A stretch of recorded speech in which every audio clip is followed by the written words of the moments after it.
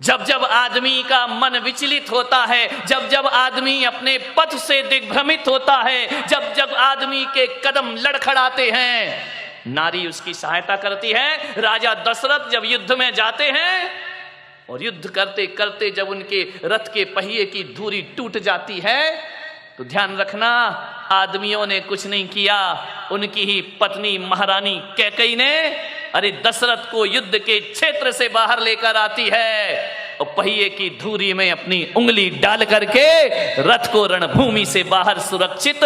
इतनी बड़ी ताकत केवल नारी में है, ध्यान रखना, नारी में शक्ति है। बहुत सोच समझ के पत्नी लाना, नहीं लाओ तो ज्यादा अच्छा है, लाओ तो थोड़ा सोच समझ के लाना। नहीं तो आजकल बड़ा गड़बड़ दौर चल रहा है, मामला बहुत गड़बड़ है। आजकल टीवी पर भी देखो क्या क्या चलते रहता है। नारियां, इनका दिमाग कब घूम जाए कोई भरोसा नहीं, एक मिनट नहीं लगता इनके दिमाग को सही होने और घूमने में। एक आदमी पहुंचा एक बाबा के पास, बोले बाबा मेरी पत्नी मुझे प्यार नहीं करती। अब देखो किससे पूछ रहा है, बाबा से, जिसकी खुद की पत्नी नहीं है, उससे पूछ रहा कि मेरी पत्नी मुझे प्यार नहीं करती है। बाबा से पूछा कि बाबा मेरी पत्नी मुझसे प्यार नहीं करती है। बाबा भी बड़े महान बाबा थे, उन्होंने कहा कितने साल हो गए? बोले 15 साल हो गए, आज तक पत्नी ने प्यार से 2 शब्द नहीं बोला, आज तक पत्नी मुझे सम्मान की दृष्टि से नहीं देखती है। बाबा ने कहा एक बात बता, तूने कभी पत्नी को तारीफ की है, प्रशंसा की है? बोले क्या मतलब है? बोले नारी को प्रशंसा बहुत पसंद आती है। बोले प्रशंसा तो मैंने आज तक नहीं की है। बोले जब तूने आज तक प्रशंसा नहीं की है तो बता तेरी पत्नी तुझे प्यार कैसे करेगी? बोले आज जाऊंगा मैं प्रशंसा जरूर करूंगा। घर पहुंचा, जैसे ही घर पहुंचा तो जैसे ही खाने के लिए बैठा तो पराठे खा रहा था, पराठे तोड़ करके उसने बाबा की बात याद आई। उसने कहा यार पत्नी की प्रशंसा करो, पत्नी खुश हो जाएगी। जैसे ही पहला गिलास तोड़ा, मुंह में लिया, बोले मजा आ गया, आज तूने क्या पराठे बनाए हैं, क्या स्वादिष्ट पराठे बनाए हैं। पत्नी ने ऊपर से नीचे तक देखा कि ये कह रहा पराठे बहुत स्वादिष्ट हैं। उसने उठाया बेलन और 2 जमाए। बोले क्या हुआ? मैं तारीफ कर रहा हूं, पीठ काय को रही है? बोले 15 साल से मैं पराठे बना रही, तुझे पसंद नहीं आए, आज पड़ोसिन से मांग के लाई। लफड़े में मत पड़ जाना, नहीं गड़बड़ हो जाता है मामला कि आज पड़ोसिन से मांग के लाई तो कह रहा पराठे स्वादिष्ट है। ध्यान रखिए, ऐसे बाबाओं के चक्कर में मत पड़ जाना, नहीं तो आजकल यही चल रहा है। बाबा जी तबीयत खराब, बोले पानी पूरी खाई, बोले जा खा के या कृपा बरस जाएगी। उस आदमी को समझ में आ गया कृपा कहां रुकी थी और कहां बरस गई। ध्यान रखिए, पत्नी सोच समझ के ला, क्या कर सकती हो, अब जैसी भाग्य में लिखी है वही प्राप्त।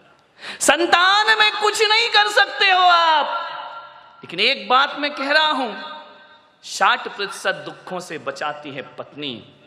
और यदि पत्नी 60% दुखों से हमें बचाती है, तकलीफों से बचाती है, तो मैं पुलक सागर बड़े विश्वास के साथ कह रहा हूं कि मित्र 80% तकलीफों से हमें बचाया करता है। मित्र का हाथ हमारे जीवन में ज्यादा होता है, दोस्त ज्यादा साथ देता है।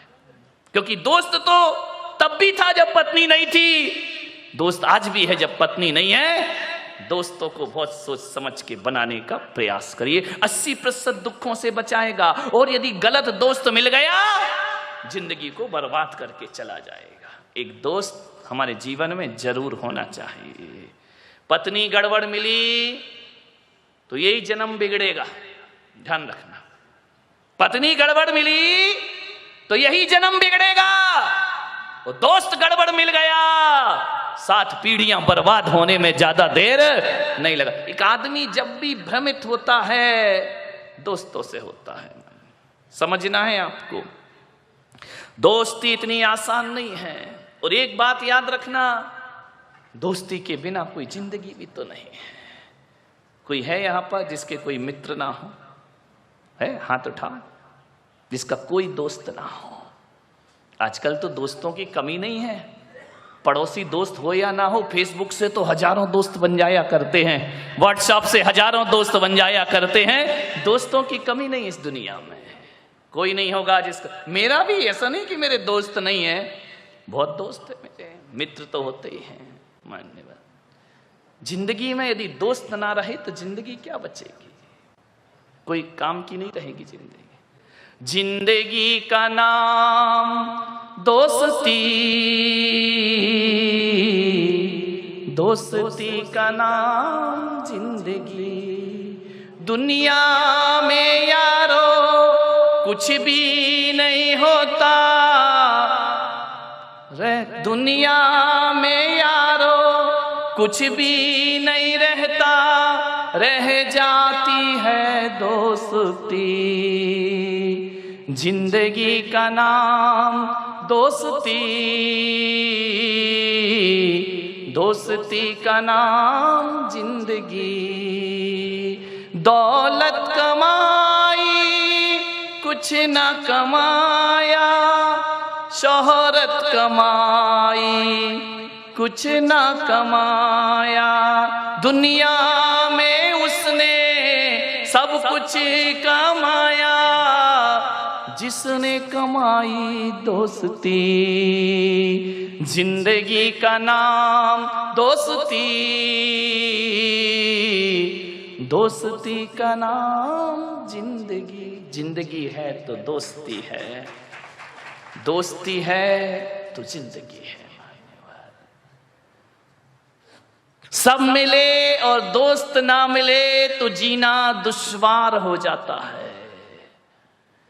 एक बात याद रखना, मुसीबत में धन दौलत और रिश्तेदार काम आए या ना आए, एक सच्चा दोस्त हमारे बहुत काम आया करता है। राम ने यदि 14 वर्ष का वनवास बिताया तो रिश्ते नातों के दम पे नहीं बिताया मेरे भाई। हनुमान जैसा मित्र मिलता है तो 14 वर्ष पता नहीं चलते। हनुमान जैसे, विभीषण जैसे मित्र ना होते, सुग्रीव जैसे मित्र ना होते तो 14 वर्ष बिताना राम के लिए बड़ा मुश्किल का काम। अरे ईश्वर को भी दोस्तों की जरूरत पड़ा करती है। नारायण कृष्ण को भी सुदामा जैसा मित्र मिल जाता है तो जीवन धन्यता को प्राप्त हो जाता है। मान लो दोस्त तो सबको चाहिए दुनिया में, हर रिश्तों में मिठास आ जाएगी। आज बाप बेटे के रिश्ते अच्छे नहीं हैं, आज पति पत्नी के रिश्ते अच्छे नहीं हैं, आज भाई भाई के रिश्ते अच्छे नहीं हैं, आज भाई बहन के रिश्ते अच्छे नहीं हैं, देवर भाभी के रिश्ते अच्छे नहीं हैं, देवरानी और जिठानी के रिश्ते अच्छे नहीं हैं मेरे भाई। ध्यान रखना। क्यों होते हैं रिश्ते खराब? क्योंकि इनमें केवल रिश्ता है, इन रिश्तों में दोस्ती नहीं है। ध्यान रखना।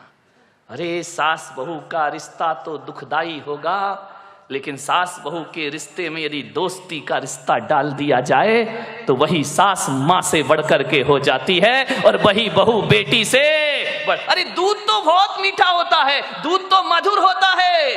गाय जब दूध देती है तो बड़ा मधुर दूध देती है, लेकिन उसके दूध में यदि थोड़ी सी शक्कर चीनी और डाल दी जाए तो दूध और बढ़ जाया करता है, उसका स्वाद बढ़ जाता है। मैं कहता हूं कि बाप बेटे के रिश्तों में भी दोस्ती होना चाहिए, माँ बहन माँ बेटे के रिश्तों में दोस्ती होना चाहिए, भाई बहन के रिश्तों में दोस्ती होना चाहिए। अब वो जमाना गया कि एक बाप कहे 14 वर्ष को वनवास जाओ तो बेटा चला जाए। गया जमाना। धोखे से भी मत बोल देना, मजाक में भी मत बोल देना, नहीं तो बाप बेटा कहेगा जाओ वृद्धाश्रम, अब इस घर में तुम्हारी कोई जरूरत नहीं। अब वो जमाना गया कि बहू सास की आवाज हो, बहू का इतना बड़ा घूंघट निकल आए, पानी उठाने में हाथ कांपने लगे। गया जमाना। ध्यान रखना। छोड़ाओ वो गलियां, अब जमाना बदल गया है। ध्यान रखिए।